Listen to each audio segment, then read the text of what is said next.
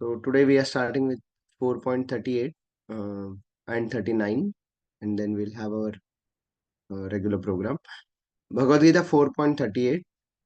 Fourth chapter is entitled as Transcendental Knowledge, and this shloka 4 point from in this part of a Bhagavad-gītā in the fourth chapter, Krishna is explaining about the glories of transcendental knowledge. So how the knowledge is, it is explained here in Bhagavad-gītā.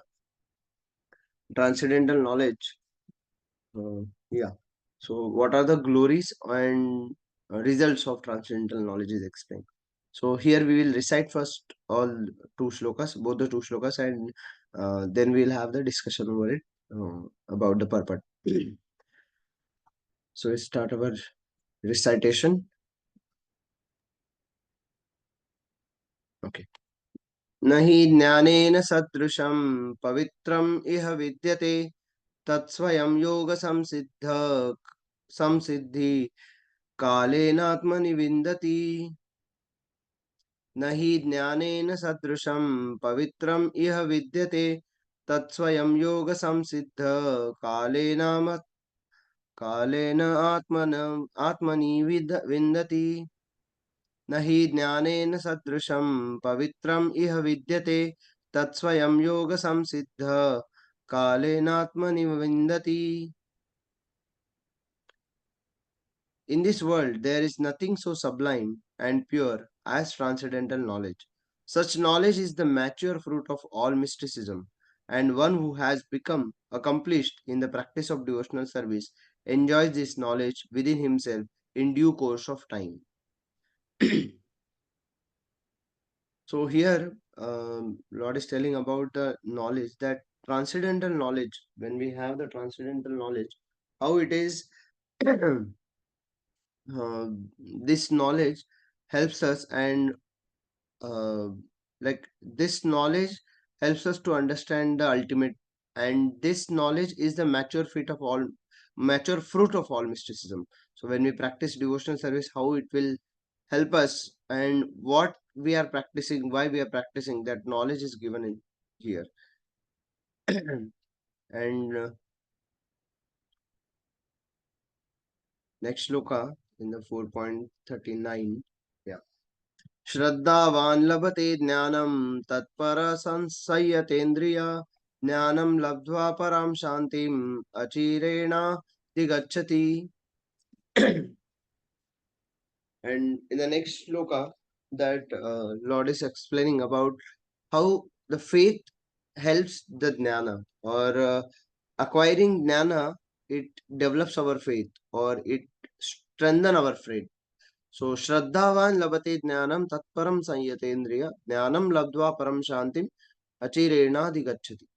A faithful man who is dedicated to transcendental knowledge and who subdues his senses is eligible to achieve such knowledge, and having achieved it he quickly attains the supreme spiritual peace.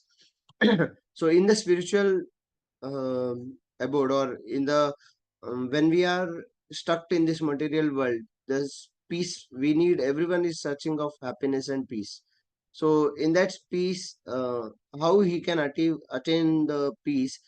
Sorry, it is by acquiring the transcendental knowledge. So when one acquires transcendental knowledge with a faith that yes, this knowledge will help me, with that faith he will attain the supreme spiritual peace. So we'll see in the purport what Prabhupada is telling us. So in the 4.38, translation and purport by His Divine Grace A.C. Bhaktivedanta Swami Prabhupada, Jai Srila Prabhupada. In this world, there is nothing so sublime and pure as transcendental knowledge. Such knowledge is the mature fruit of all mysticism, and one who has become accomplished in the practice of devotional service enjoys this knowledge within himself in due course of time. Purport. When we speak of transcendental knowledge, we do so in terms of spiritual understanding. As such, there is nothing so sublime and pure as transcendental knowledge. So, this knowledge, in the start of this chapter only, Prabhu Krishna is explaining Arjuna that This knowledge is not ordinary knowledge. This knowledge is given by me, and this is eternal knowledge. It is first given to the sun gods Vivaswan. So in the first shloka only, Imam Vivartate, in that shloka only, Krishna is telling Arjuna that this knowledge is already given.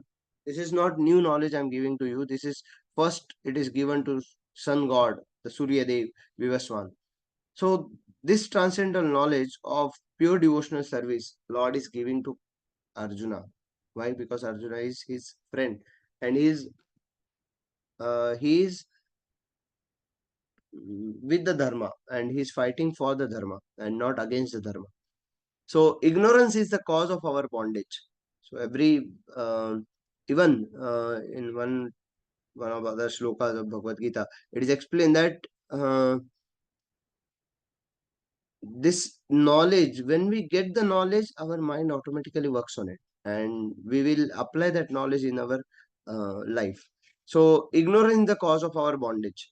But in nowadays, what happens, like in material world, people sees that ignorance is bliss, but it is not at all bliss. Why it is not at all bliss? People say that if I don't know what is the reaction of that, or sometimes people thinks that, or sometimes we also think, oh, I was not knowing this, so by mistake it happened because of me, or from, like, by mistake it happened by me, so I will not get reactions. No, it is not like that. How? Why it is not like that? Because law of nature works even though we don't know the action and reaction part. We don't know the punishment of that action, then also law of nature works. So law of nature, like third law, Newton's third law of, is like every action there is equal and opposite reaction. So whatever we do, we'll get the reaction in that, uh, with that, like what action we do, with that we will get that reaction for that action. So ignorance is not the bliss. Ignorance is the cause of our bondage. Prabhupada is explaining very nicely here. Ignorance is the cause of our bondage. Because of ignorance, we are stuck in this material world. And when we get the knowledge, we will try to escape from this world. Escape means not with the parachute or rocket or something else, but escape means escaping the, or uh, coming out of this cycle of birth and death. When we will come out of the cycle of birth and death is only because of knowledge, and the knowledge is the cause of our liberation. That is only given. Ignorance is the cause of our bondage, and knowledge is the cause of our liberation. Very important statement we should apply in our life. That therefore Prabhupada has given so many things. Prabhupada has given so many things, but mainly he made ISKCON. Again, he made the another wing of ISKCON, that is BBT. Why BBT? Bhaktivedanta Book Trust. Because that transcendental knowledge is there in the book trust. Prabhupada has written everything with a hardcore, like he has shredded his blood to write all the books. Why he has written? Because knowledge is the cause of liberation. With the knowledge only we can attain the, we will understand what is the bhakti, why we are doing this, what we do, why we do whatever we are doing, why we are doing that. Unless we understand, we will not do with that intense, we will not do. That's why knowledge is the very important. Knowledge is the cause of our liberation. This knowledge is the mature fruit of devotional service. When we understand why we are doing this and what we should do, then that understanding makes us very firm and faithful in devotional service also. And when one is situated in transcendental knowledge, he need not search for peace elsewhere, because he is very peaceful. We can see there are many transcendentalists or many sannyasis or GBCs in the in ISKCON also. They are very highly dedicated to their services and highly focused. Recently, our beloved His Holiness Gopal Krishna Goswami Maharaj passed away. He went back home, back to Godhead, and he has shown by his example how he was uh, like very deeply situated in the devotional service. Every time in the, like, in the night, in the sleep also, he used to do the deity worship. Means what level of consciousness he attained. So peaceful, so their charming face, their smile is also very faithful, peaceful. So that peace is attained because of knowledge. So for he need not search for peace elsewhere, for he enjoys peace within himself. Because why many people say the outside world devotees, many devotees, you can also or you may have also experienced this, that whenever you meet someone else outside world, they say, oh, you have something different than other people. You have a very charming face, smile. Because with that, because we by practicing devotional service, we will become peaceful within ourselves. In other words, this knowledge and peace culminate in Krishna consciousness. This, that is the last word in the Bhagavad-gītā. The transcendental knowledge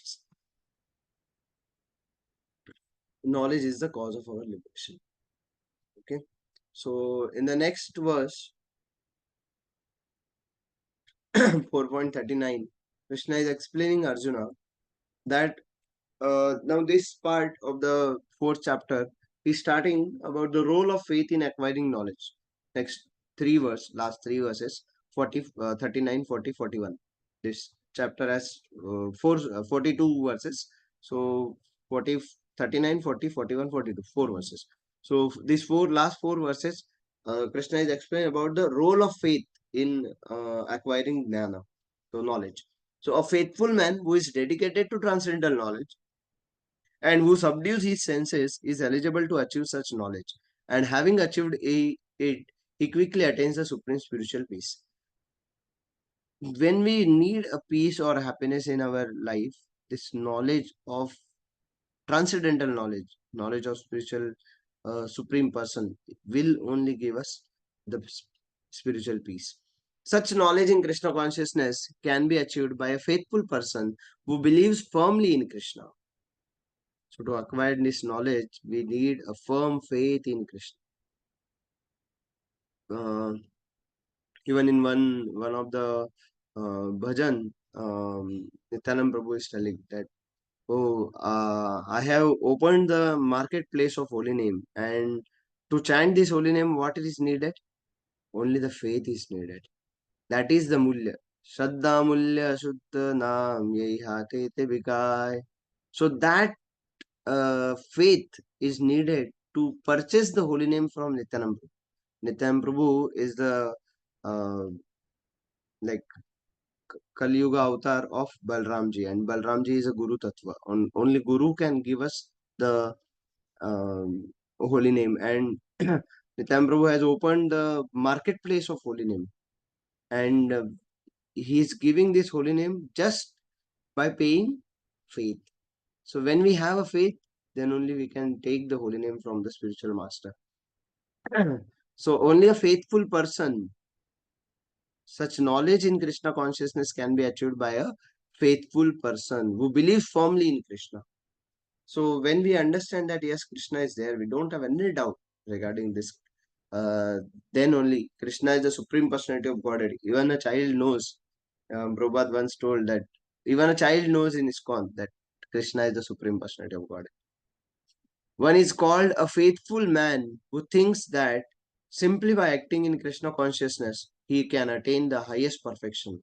This faith is attained by the discharge of devotional service and by chanting Hare Krishna, Krishna Krishna, Hare Hare, Hare Ram, Ram Ram, Hare Hare, which cleanses one's heart of all material dirt.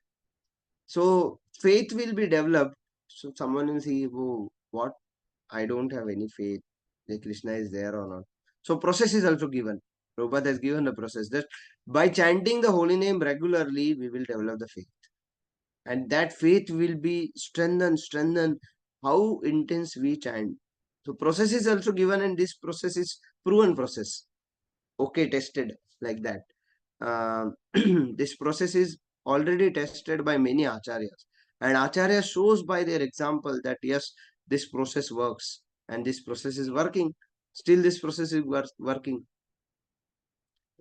Over and above this, one should control the senses A person who is faithful to Krishna and who controls the senses can easily attain perfection in the knowledge of Krishna consciousness without delay. So this, with this faith, so it is like if you go to any Ayurveda doctor, uh, he will also say that he or she will say that these medicines or whatever medicines they are giving, that will work only when we have faith that yes, this medicines will work. Even in our life, day to day life, we see with faith, when whatever we activities we do, yes, by doing this activity I will get the profit. In our business also, on in our day to day life also, by doing this, by doing exercise I will be fit, by doing chanting I will be fit spiritually, by doing regular chanting at the Brahma Muhurta I will progress spiritually. So this faith makes us everything to do that activity. So we will be firm faith, we will be active only by the knowledge. Knowledge, faith will come by knowledge and by chanting regularly. So we'll pray to Narasimhadev. Recently, the Narasimha Chaturdashi happened, Lord Narasimhadev's appearance day, and we are doing the Narasimha Katha also with this. So we'll pray for all the devotees to Lord Narasimhadev that remove all the obstacles of the in the path of devotional service of all the devotees and give them uh, like a innocent child Prahlad Maharaj, who is a Mahajana with we all should get that the pure devotional service from the Lord, and Lord may remove all the obstacles from all the devotees devotional path. Okay, so we'll stop here for the Bhagavad Gita class, and we will continue our regular